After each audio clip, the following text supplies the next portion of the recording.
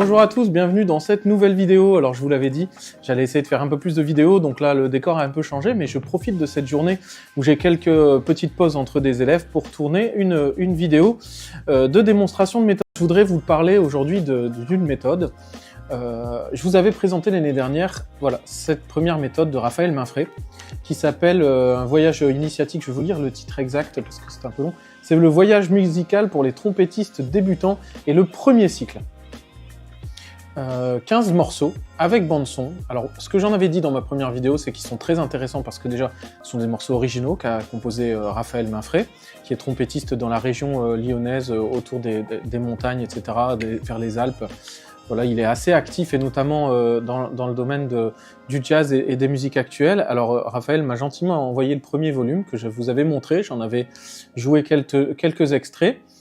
Cette année, il a renouvelé l'expérience en continuant d'écrire, et cette fois-ci, il a écrit 14 morceaux pour les élèves trompettistes de cycle 2 et 3. Donc voilà, je suis très content d'avoir pu recevoir ces 14 morceaux. Je vous invite vraiment à aller sur le site de Raphaël, je mettrai le lien dans la description, pour découvrir. Il y a beaucoup d'explications, voilà.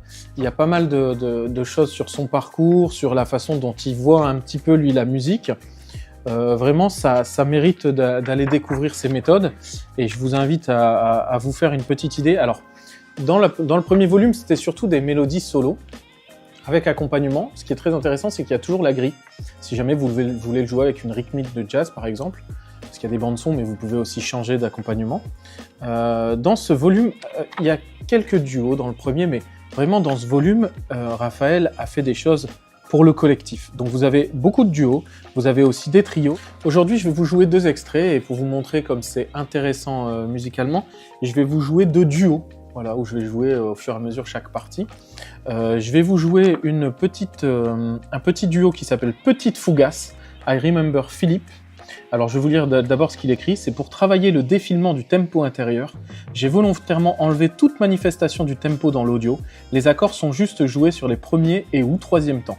Situe-toi par rapport à cette compétence. À la reprise, intervertis les 2 voix avec ton partenaire pour changer. Place les respirations en fonction de tes capacités pulmonaires et là où ça te semble le plus musical. Voilà, c'est toujours des petits conseils comme ça qui sont vraiment très intéressants. Le deuxième duo que je vais vous jouer est un peu plus tôt. Il s'appelle la Baladounette, une petite balade, en hommage à Jérôme. Alors voici ce que Raphaël en dit. Pour travailler la précision sur tempo lent, bien écouter son partenaire. Attention à l'interprétation et à la justesse, surtout sur les quelques tensions entre les 2 voix, matérialisées par une double flèche. Alors vous la voyez pas, mais il y a une double flèche ici, une ici, une ici.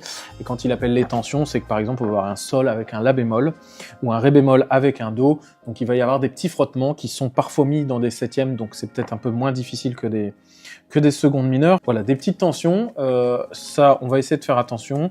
Je vous propose la version, donc d'abord de Petite Fougasse, et ensuite Baladounette. C'est parti!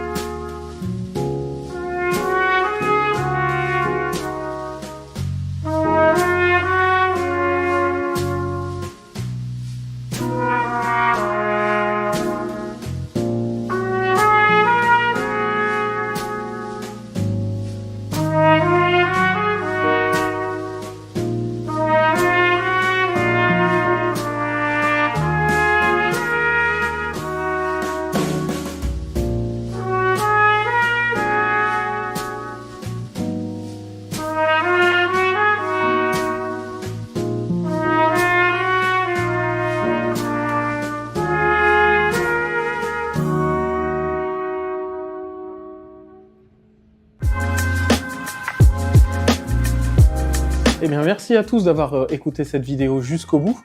Si ça vous a plu, n'hésitez pas à la partager. Je remettrai les extraits individuellement sur la page TikTok, sur ma page TikTok et sur mon compte Instagram. N'hésitez pas à vous y rendre et à suivre ces comptes si ça vous intéresse. J'espère que ça vous a plu cette vidéo. J'en ferai un peu plus comme je vous ai dit cette année. Si vous avez des idées ou des envies ou des besoins, je peux tester du matériel, je peux tester des instruments, je peux tester des méthodes. J'ai encore pas mal de méthodes à vous présenter. Mais voilà, moi ça me fait vraiment plaisir de partager ça. Je pense que ça permet des fois d'aiguiller et peut-être de choisir un petit peu mieux du matériel qu'on a envie pour pratiquer et qu'on n'a pas toujours l'occasion de tester en profondeur. Merci à tous et à bientôt, au revoir.